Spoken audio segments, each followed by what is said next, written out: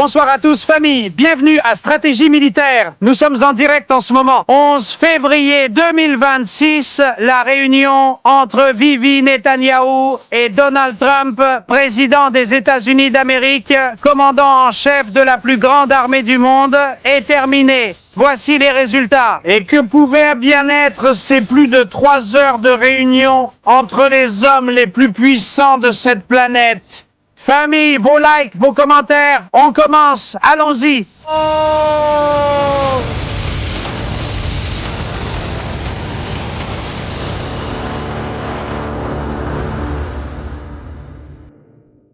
Bonsoir à tous, famille, bienvenue sur Stratégie Militaire. Nous sommes en direct, merci d'être avec nous. La réunion est terminée, les cartes, la partie a commencé, chacun des joueurs a pris sa carte, sa place à la table et les numéros.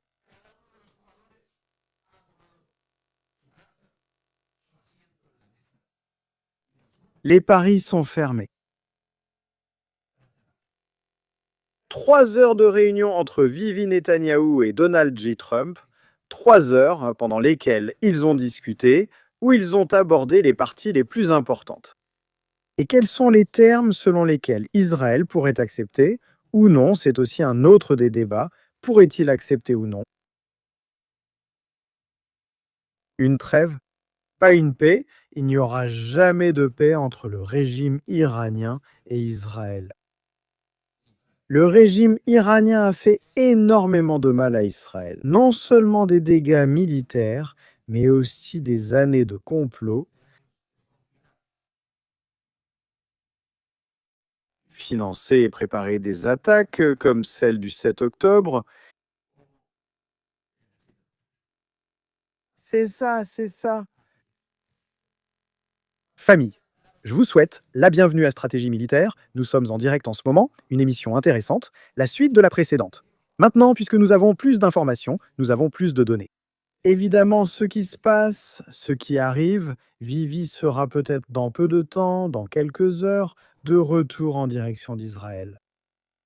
Ça a été un voyage éclair, un voyage rapide, inattendu, un voyage dont nous ne savons pas exactement la raison, même si je peux l'imaginer. Et ici, nous allons vous donner des clés. Nous allons expliquer précisément ce que tout cela signifie. Pourquoi Netanyahou? Pourquoi est-il allé là-bas? Qu'est-ce que pense Donald J. Trump? Nous allons halluciner avec tout ça. Nous allons halluciner avec tout ça. S'il vous plaît, la famille, vos likes, vos commentaires, c'est super important. Donald Trump a parlé. En fait, il va bientôt y avoir une conférence de presse de Donald J. Trump.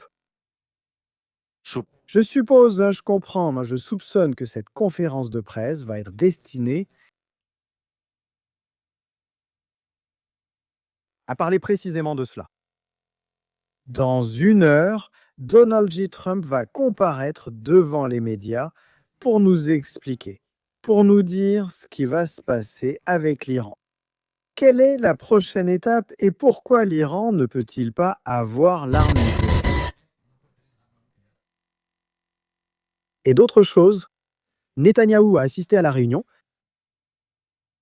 pas seulement pour voir un ami, pour expliquer à tout un pays, aux États-Unis d'Amérique, que la lutte entre le bien et le mal ne concerne pas seulement Israël, elle concerne toute la planète. Et que si aujourd'hui on ne met pas fin à cette menace, celle du régime iranien finira par arriver aux portes des États-Unis d'Amérique.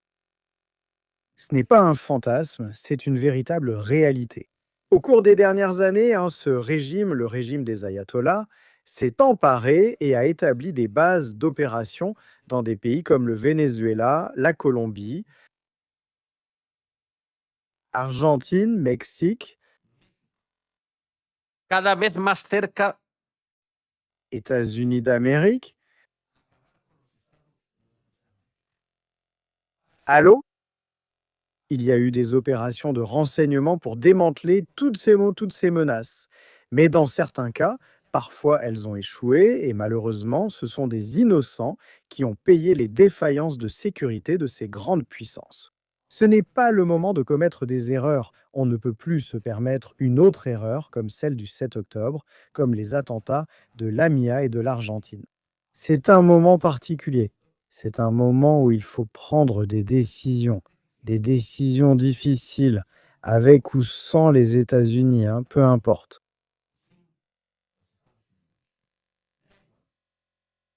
Israël connaît bien sa souveraineté, quelle est sa priorité et que doit-il faire pour prévaloir sur la tyrannie du régime iranien? Donald Trump a promis aux manifestants de descendre dans la rue, que l'aide était en route. Si cette aide était en route, ils l'attendent depuis longtemps et nous ne pouvons pas les abandonner. Ce n'est pas ce que fait l'Amérique, c'est ce qui rend l'Amérique grande. Être toujours du bon côté de l'histoire et soutenir les peuples qui veulent se libérer de la tyrannie. Le Venezuela en fait partie. Les chrétiens en Afrique, Israël à Gaza, Iran dans le monde. C'est le même Donald Trump qui a lancé une attaque lors de l'opération Marteau de minuit. Maintenant, nous n'avons pas seulement besoin d'un marteau, nous voulons toute la quincaillerie. Marteau, pelle, levier, pinceau, perceuse. Nous avons besoin de tout pour en finir avec un régime qui s'est préparé pendant des années, qui a investi son budget, le budget destiné à sa population civile, dans des hôpitaux, des écoles, améliorer leur qualité de vie en construisant des missiles qui coûtent des millions de dollars pour tuer des êtres humains, que personne n'oublie cela. Sous-titre créé par Dima Torzok. Il parle de paix, d'amour et d'une foi qui ne... L'humanité. La réalité est qu'ils utilisent la religion pour justifier leurs actes. Vous voyez bien là-bas? Qu'a dit Donald Trump à ce sujet? Permettez-moi de vous souhaiter la bienvenue sur Stratégie Militaire, votre chaîne d'information. Nous allons également relier toutes les choses qui se passent. Avec Flightradar, pour voir les derniers des mouvements, ce qui se passe, que se passe-t-il? Et je vous annonce que la religion, ce soir, pour la première fois dans Stratégie Militaire, nous allons enfin aborder le sujet que j'ai promis, la semaine dernière. J'ai annoncé qu'il y aurait des conséquences. Et je dis comme Marco Rubio. Quand Donald Trump annonce un événement, il se produit. Pourtant, beaucoup le prennent à la légère. Quand je dis que quelque chose va se passer, quelque chose va se passer, et je crois qu'en général, les gens ne prennent pas ça à la légère. J'ai promis la semaine dernière que nous allions parler du Mexique. Eh bien, le jour est arrivé. Aujourd'hui sera le jour où, en plus, les États-Unis d'Amérique vont commencer les opérations militaires contre le cartel. Ne le manquez pas, dans un instant ici sur Stratégie Militaire, en exclusivité Opération Mexique. Je suis désolé. Chacun choisit ce qu'il fait dans cette vie. Allons sur la carte. Comment est le ciel en ce moment? Comment allons-nous?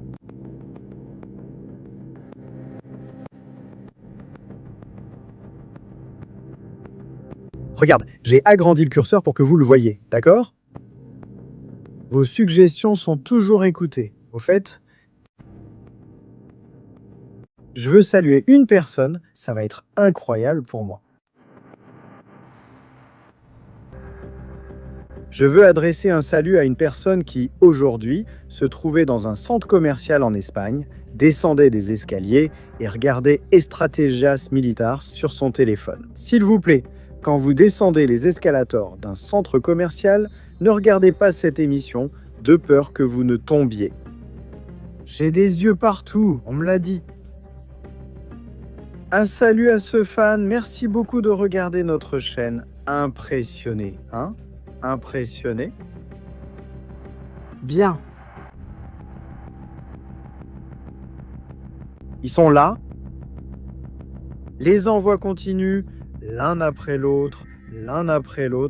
Ça ne s'arrête pas. Ils vont et viennent de partout, de l'Arménie, de l'Azerbaïdjan. Ils encerclent l'Iran. L'Iran est encerclé. C'est incroyable, hein? Remarquez que l'avion qui, depuis des heures, faisait des exercices avec des groupes d'opérations spéciales au-dessus de l'Angleterre, est toujours là.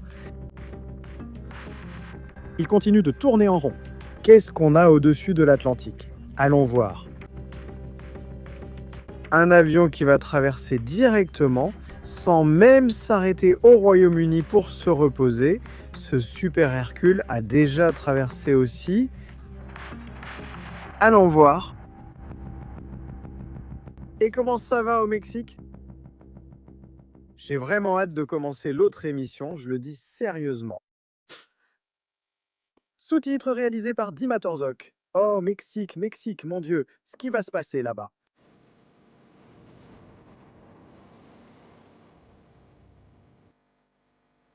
C'est que je ne veux pas commencer tout de suite. On va garder ça, on va garder le sujet du Mexique. Maintenant, après, maintenant, après. On s'attaque à l'affaire du Mexique parce que ça va être bien, ça va être très bien le Mexique. Enfin.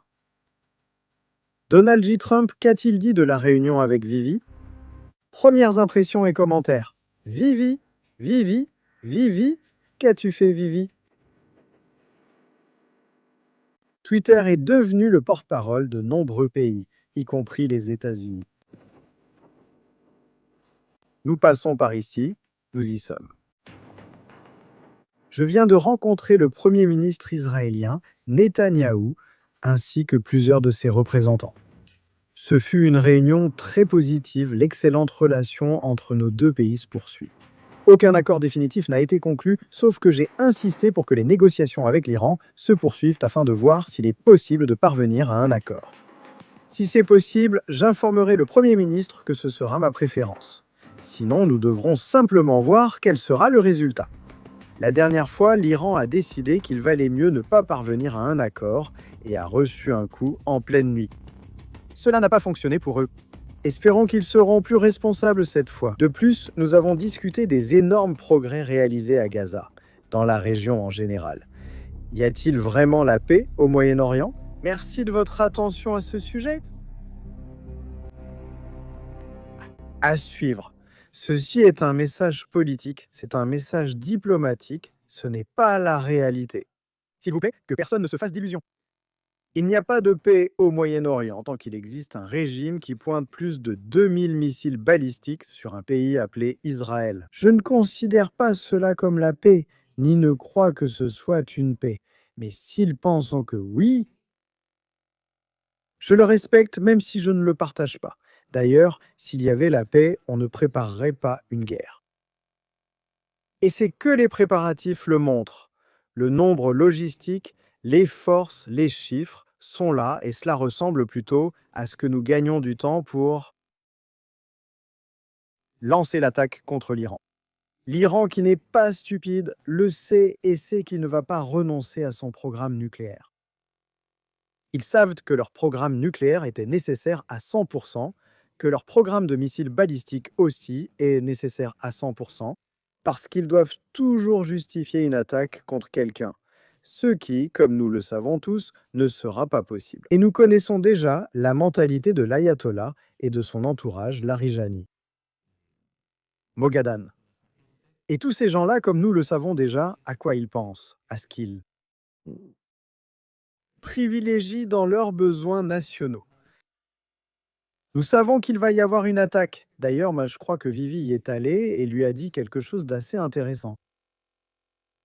Je crois que Vivi lui aura dit « Donald, nous sommes amis, tu me connais bien. En plus, tu sais que même si tu fais un accord avec les Iraniens, s'ils ne démantèlent pas le programme nucléaire et ne démantèlent pas les réseaux de missiles, les rampes de lancement et les missiles et le programme de missiles. Et en fait, s'ils arrêtent de financer le Hezbollah, moi je vais les attaquer, tu peux faire ce que tu veux, signer ce que tu veux. Ça me va, mais j'ai un pays, j'ai une responsabilité, je suis le dirigeant d'un pays et ce sont moi qui vais recevoir les missiles, pas toi. Et je pense que Donald Trump l'aura compris, au moins s'il ne l'a pas compris lui-même. Marco Rubio l'a compris, il l'aura compris. Le secrétaire à la guerre et une partie du cabinet l'ont compris. Il y en aura certains qui sont critiques, évidemment, il y en a qui sont critiques et qui ne veulent pas qu'une opération militaire soit lancée contre l'Iran. Il y en a d'autres, évidemment, qui la soutiennent. Il existe une division claire au sein du Parti républicain sur la question d'une attaque. Mais sur ce sujet, sur la question du renversement du régime iranien, là je pense qu'il n'y a pas une division aussi grande que sur d'autres sujets auxquels on pourrait penser. Il y en a eu dans l'histoire. C'est pourquoi la famille est très importante. Nous sommes 5000, mais il nous manque de nombreux likes. Il faut partager ce direct. En fait, ça fait des jours que je ne le partage pas sur Twitter. Je vais le partager tout de suite. Ce direct que nous faisons en ce moment. Et je trouve que c'est intéressant. Très, très intéressant. Parce que l'avenir d'Israël, de la région, du monde entier, fait partie de notre discussion actuelle. Il y a plusieurs scénarios possibles, plusieurs. Nous avons un scénario dans lequel Donald Trump décide de lancer une attaque en solitaire, sans impliquer Israël d'aucune manière. L'Iran répond, lance une attaque contre Israël, Israël rejoint l'attaque et ensemble ils vainquent le régime. Voilà le scénario numéro 1. Pouvons-nous envisager un autre scénario ? Donald Trump et Netanyahou, Israël et les États-Unis lancent une attaque conjointe pour renverser le régime. C'est une guerre ouverte où ils se lancent des missiles les uns contre les autres. Jusqu'à ce que cela s'arrête. Il y aurait d'autres scénarios possibles dans cette histoire. Et ensuite, nous avons un autre scénario. Celui-ci est peut-être le plus complexe.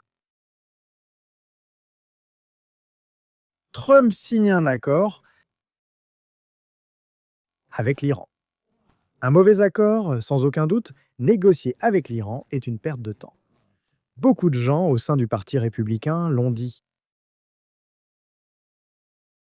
Israël décide de lancer une attaque en solitaire,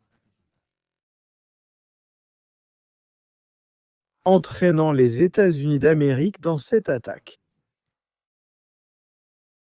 Cela affecterait les relations de Donald Trump avec Netanyahou. Ce serait un tournant, sans aucun doute. Je me souviens du dernier jour de la guerre, quand l'Iran, hors délai, a lancé une salve de missiles qui a tué des Israéliens. Netanyahou a donné l'ordre aux avions d'éliminer l'ayatollah. Ce matin-là, les avions allaient chercher l'ayatollah là où il se trouvait.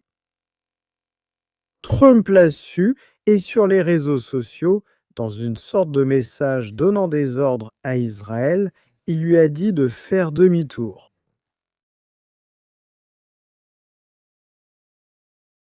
Israël peut l'accepter une fois.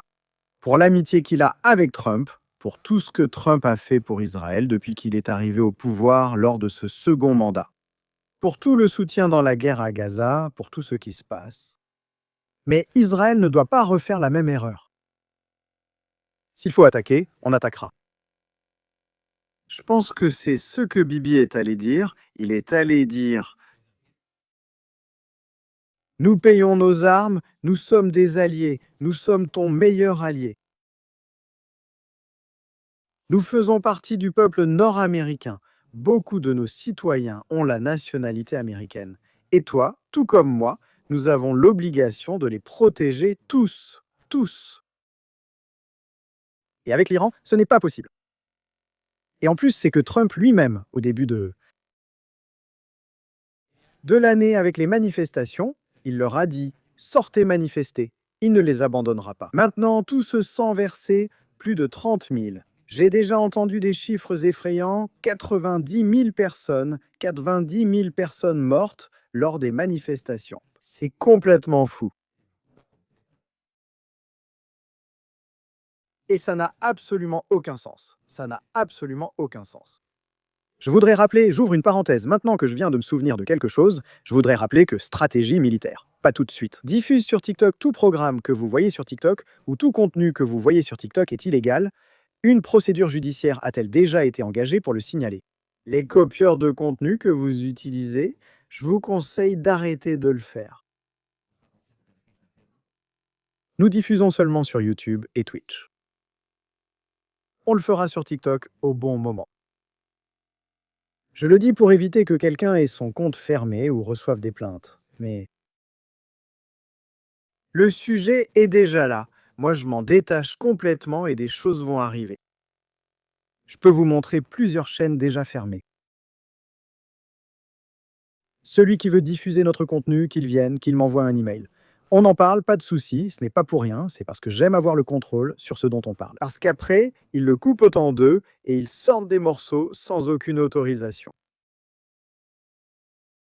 Pour revenir au sujet, Netanyahou. Il a d'abord rencontré Marco Rubio, ce que je pense être positif. Il a eu un premier contact avec le secrétaire Marco Rubio. Il s'entendant bien, il lui a expliqué la situation, Marco. Aura-t-il compris les besoins? Marco est l'une des personnes les plus écoutées par Donald Trump sur ce sujet. Maintenant, ce qu'il reste à savoir, c'est... Bon, il y a plusieurs choses, évidemment. Il y a plusieurs choses, comment et quand. Comment et quand. C'est ici que je vais dire quelque chose qui va peut-être un peu décevoir les gens. Dans 6 jours commence le Ramadan. Les États-Unis ont besoin d'un autre porte-avions. Le bus ne serait pas disponible avant 2 semaines, même en se dépêchant beaucoup.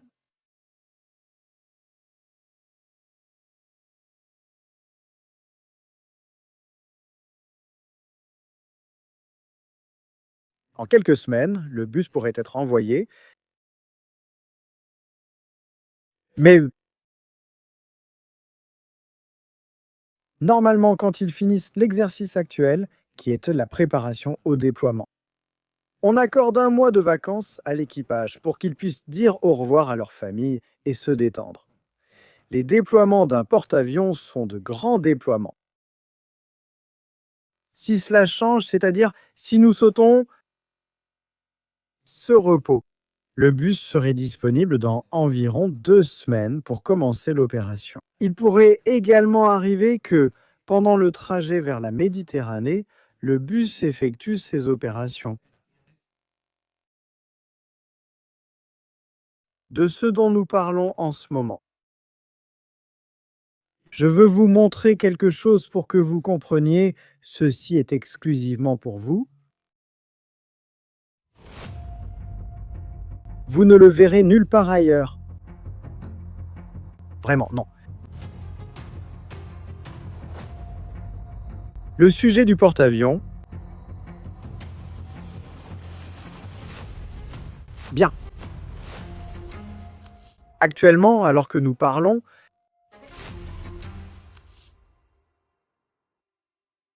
le porte-avions bouché en train d'effectuer des opérations aériennes dans cette zone. P8 Poséidon. KC-46 Pégase. KC-46.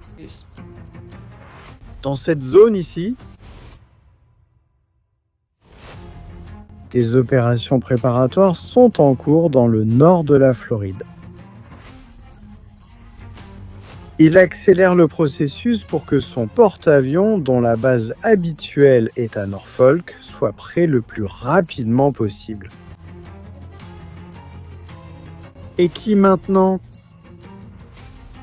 doit appuyer sur l'accélérateur pour être envoyé au Moyen-Orient, a ouvert la traction.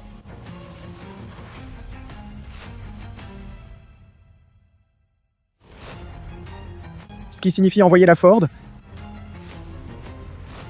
Mais la Ford est occupée. La Ford est en ce moment dans la mer des Caraïbes et la Ford est occupée. De plus, elle arrive à la fin de son déploiement. Parce que des événements vont avoir lieu à Cuba et au Mexique.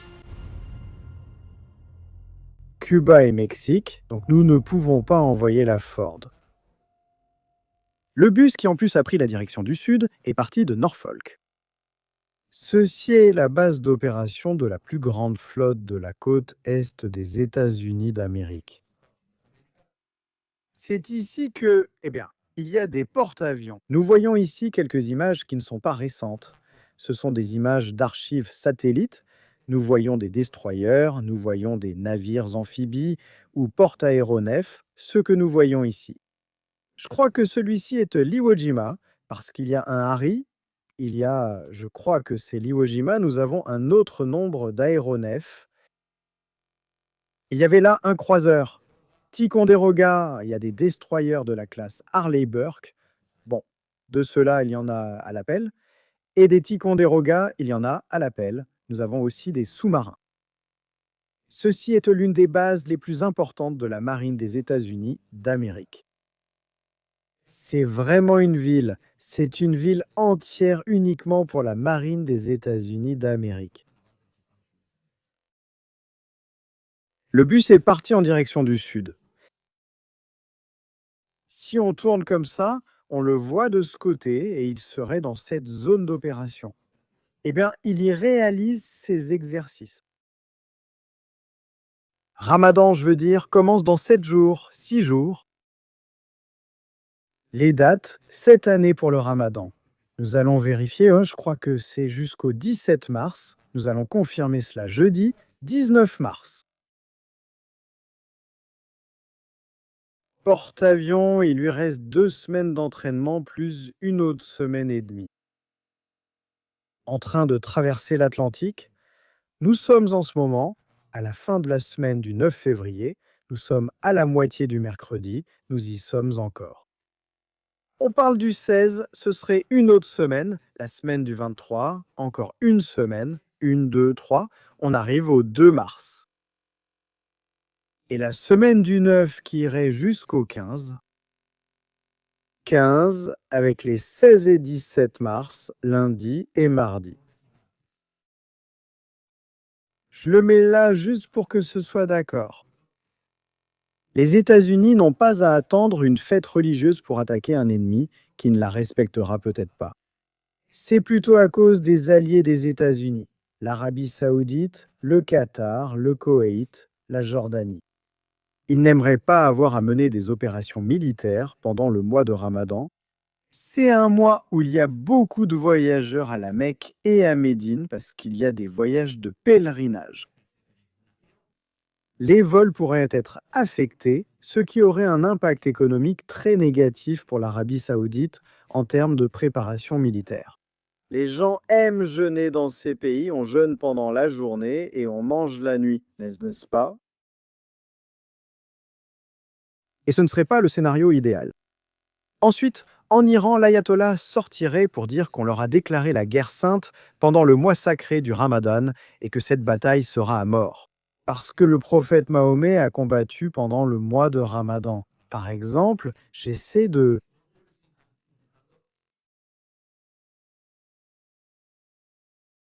donner un sens à toutes ces élucubrations que je suis en train de sortir ici. Qu'est-ce qu'on a le temps de faire en ces 4 semaines? Le sujet des négociations, qu'ils continuent à parler, à divaguer, à bouger de haut en bas. De plus en plus de forces militaires arrivent, de plus en plus de matériel s'accumule, et quand nous aurons tout cela, la boîte de Pandore sera ouverte. Et Ramadan Karim, dire félicitations, le Ramadan est terminé. Tout le monde retourne au travail et on avance ensuite. Aussi. Au niveau de la sécurité à l'intérieur d'Israël, le Ramadan est toujours une. C'est un point noir au sein de la sécurité de l'État, car pendant le mois du Ramadan, des attentats ont lieu. Les djihadistes considèrent que commettre un attentat pendant le mois de Ramadan apporte une plus grande récompense. Ce sont leurs affaires. Ce n'est pas la religion qui le dit, s'il vous plaît, que personne ne pense que j'ai quelque chose contre une religion, ce n'est pas le cas. Chacun a la sienne, et c'est quelque chose de personnel, c'est un droit humain, c'est intransmissible. Et la relation de Dieu avec chacun est son affaire, j'ai la mienne, chacun a la sienne. De plus, je dis simplement que la mentalité du djihadiste, dans ce cas, utilise la religion pour justifier ses actes de violence envers les autres. Et hypétisme, et il est censé être encore plus récompensé en accomplissant ce genre d'action pendant le mois sacré du Ramadan pour les musulmans. C'est la seule chose que partagent les chiites et les sunnites dans l'histoire, ou c'est l'une des rares choses qu'ils partagent au niveau religieux et festif. Il y a beaucoup d'autres fêtes qu'ils ne partagent pas ou sur lesquelles ils ne sont pas d'accord quant à la méthodologie. Mais pour le Ramadan, oui, pour le jeûne, oui, et c'est un mois que les sunnites et les chiites partagent. Ensuite, nous avons aussi une autre des histoires importantes dans ce sujet dont nous parlons en ce moment. Je vais mettre ici un peu d'informations et vous allez voir. Il y a un pays qui est aussi clé dans cette histoire. Nous savons que le Qatar est super important. La base d'Al-Udeid, cette base que nous voyons ici, nous connaissons toute l'importance que nous avons à cet endroit. Mais ensuite, nous avons une autre situation remarquable. Destacable. Oui, nous avons une autre situation remarquable que nous ne pouvons pas ignorer. La principale base navale des États-Unis ne se trouve pas au Qatar. Elle n'est pas au Qatar.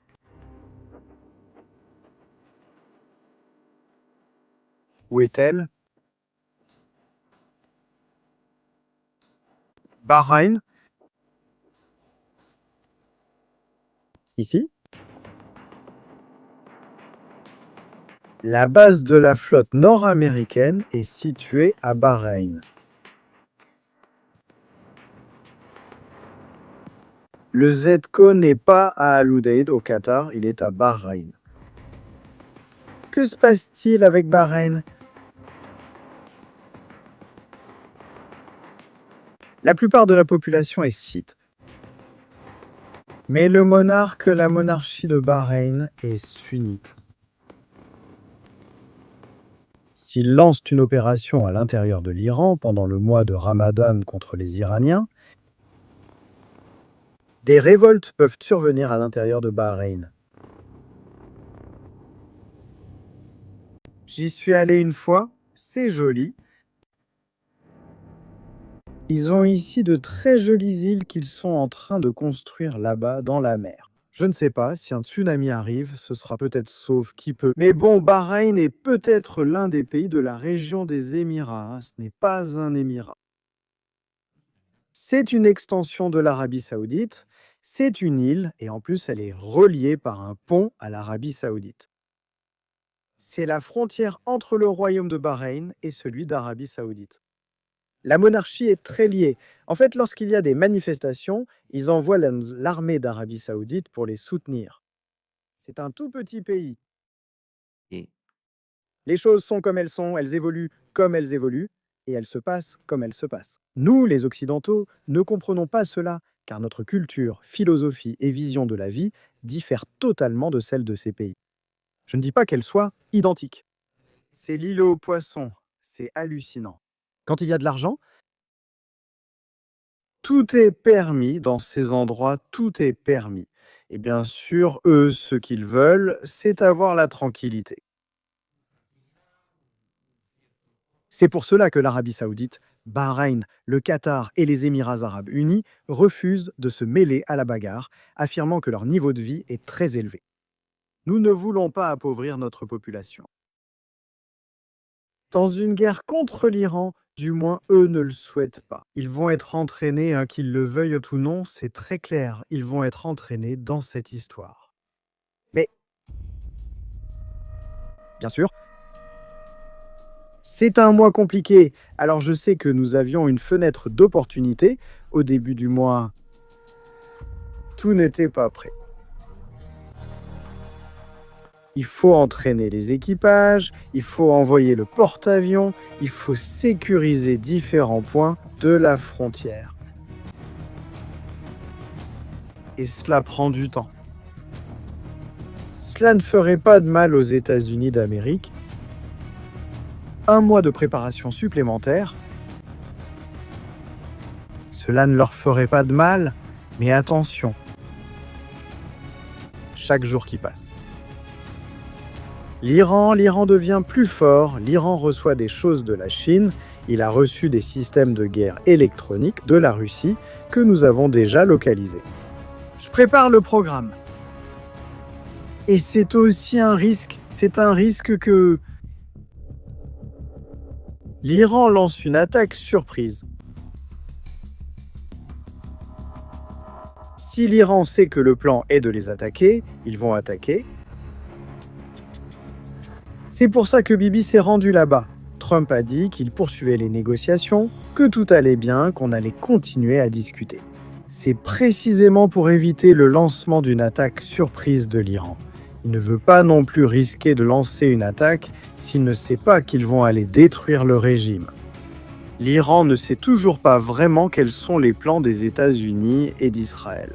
C'est une attaque comme la guerre des 12 jours, c'est une attaque totale pour renverser le régime. Ils ne le savent pas, et cette ignorance les amène à penser que s'ils lancent l'attaque, ils peuvent d'abord provoquer une riposte complète qui renverserait le régime.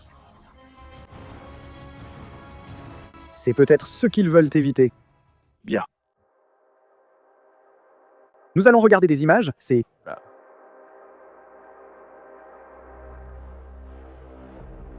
La voilà.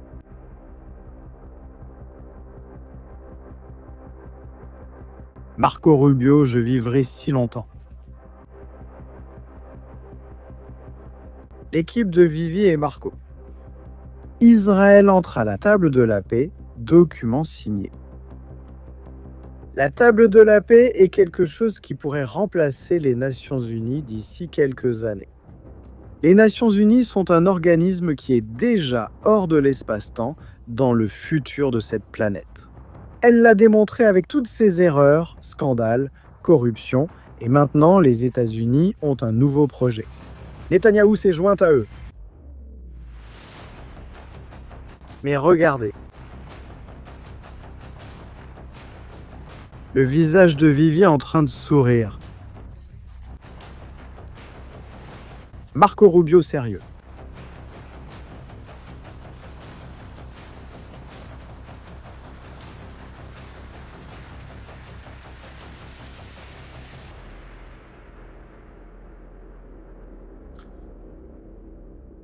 La situation est tendue. La situation est tendue parce que chacun a son intérêt, chacun a ses intérêts. Je le disais il y a un moment avec Ariel Kanievski et Marcelo Kisielski sur la chaîne de Marcelo. Abonnez-vous à la chaîne, moi je vous conseille de la regarder. C'était une émission très complète. De mon point de vue, nous avons vu différents points de vue, différentes positions. Eux depuis Israël, moi depuis l'extérieur, le sujet politique, la situation actuelle. Et moi je vois au-delà de tout cela. Ce que je vois quand je regarde l'Iran, c'est... Jusqu'à récemment, le Venezuela était l'un des principaux fournisseurs de carburant pour la Russie. Et pour la Chine, parce que la Russie a du pétrole, qu'on ne se trompe pas, mais pour la Chine, c'était l'un des principaux. Facilitateur Combustible. de carburant, c'est le cas, en fait. En échange, la Chine lui fournit du carburant pour ses missiles. C'est ce qui a explosé ici avant la guerre des 12 jours, une semaine à Bandar Abbas.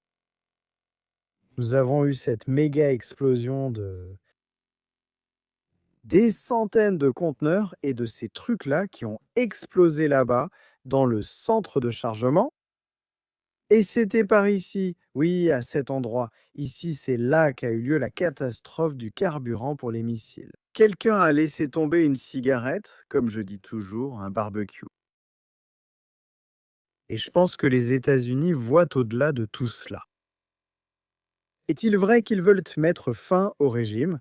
Ils savent que ces missiles pourront un jour atteindre facilement les États-Unis. Ce n'est qu'une question de temps s'ils ne l'ont pas déjà. En fait, ils l'ont déjà pour lancer des satellites dans l'espace. Ils sont déjà très avancés sur ce sujet. Au centre spatial Khomeini, cet endroit que nous avons vu l'autre jour lors de la première, ou plutôt la reprise, d'une émission assez intéressante, que j'aime beaucoup. Il sait qu'à long terme, il devra affronter l'Iran. Pas en face à face, évidemment, mais ils devront dépenser des millions dans des missiles anti-aériens pour arrêter les vagues de missiles qui atteindront la Floride, Washington et de nombreux autres endroits. Et les États-Unis ne veulent pas donner l'image de leur pays bombardé par des missiles balistiques, comme on l'a vu en Israël. Ces lumières tombant du ciel qui semblaient venir d'une autre planète, une invasion d'extraterrestres. Eh bien, la vérité, c'est que ça passe très bien dans le film Independence Day, mais dans la réalité, aucun pays n'aime voir ce genre de choses tomber. Israël, le premier à ne pas aimer ça, donc là, c'est un premier point, mais en plus.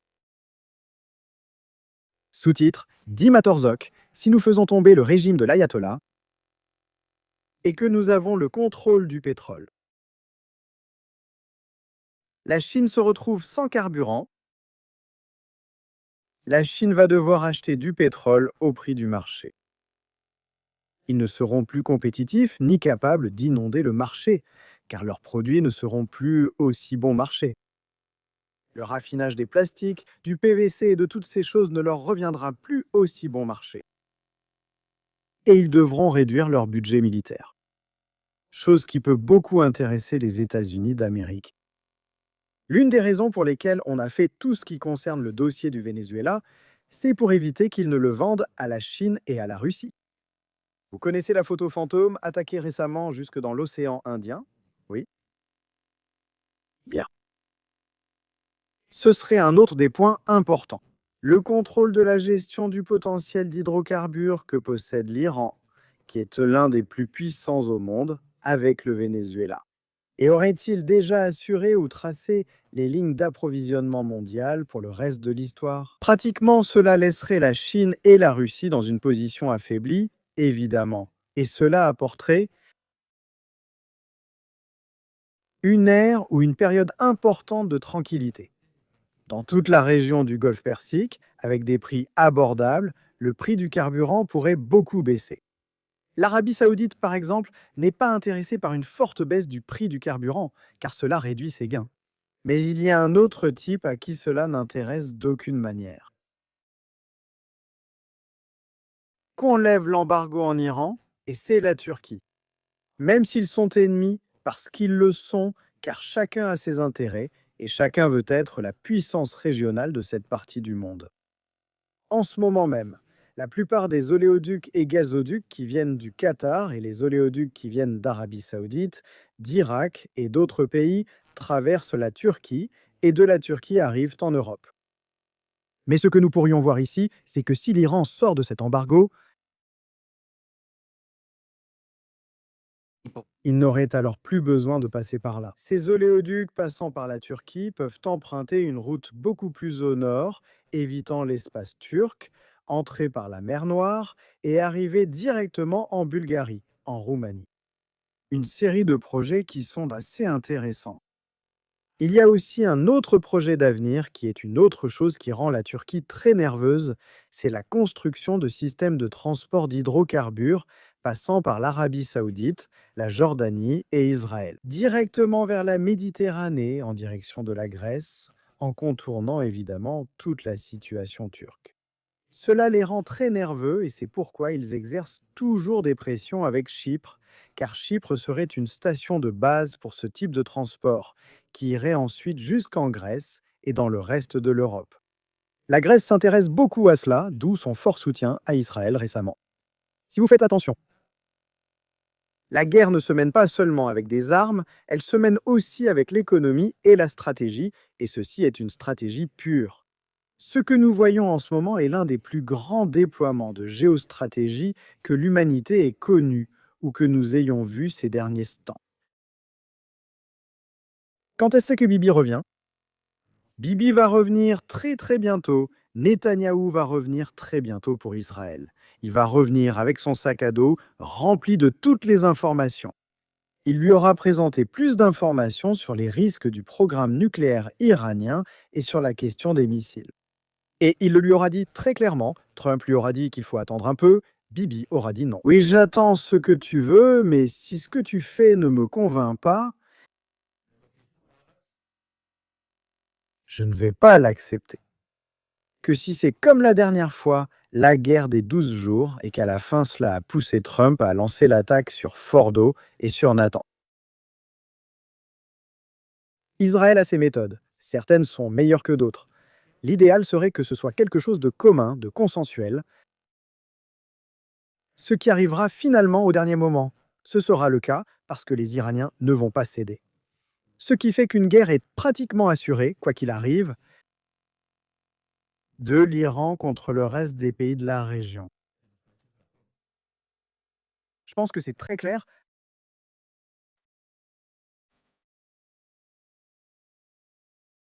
Donc voilà où en est la situation.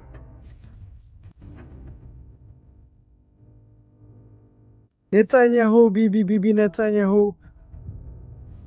Un homme, mais avec deux facettes, la nuit et le jour.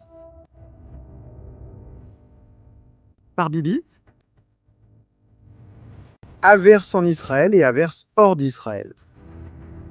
C'est incroyable. Mais bon, je pense qu'il va bien faire les choses. Je pense que Bibi va bien faire les choses. Et elles aussi, parce qu'il y a des femmes qui prennent ça entre leurs mains, la liberté du peuple d'Israël,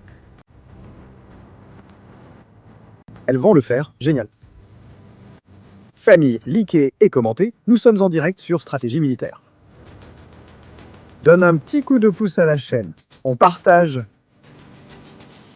ce dont nous parlons, ce que nous voyons en ce moment et qui, franchement, est important, vraiment important.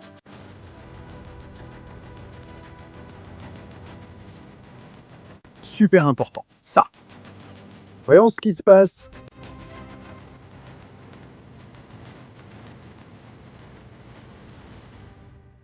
Et jusqu'où nous sommes capables d'aller.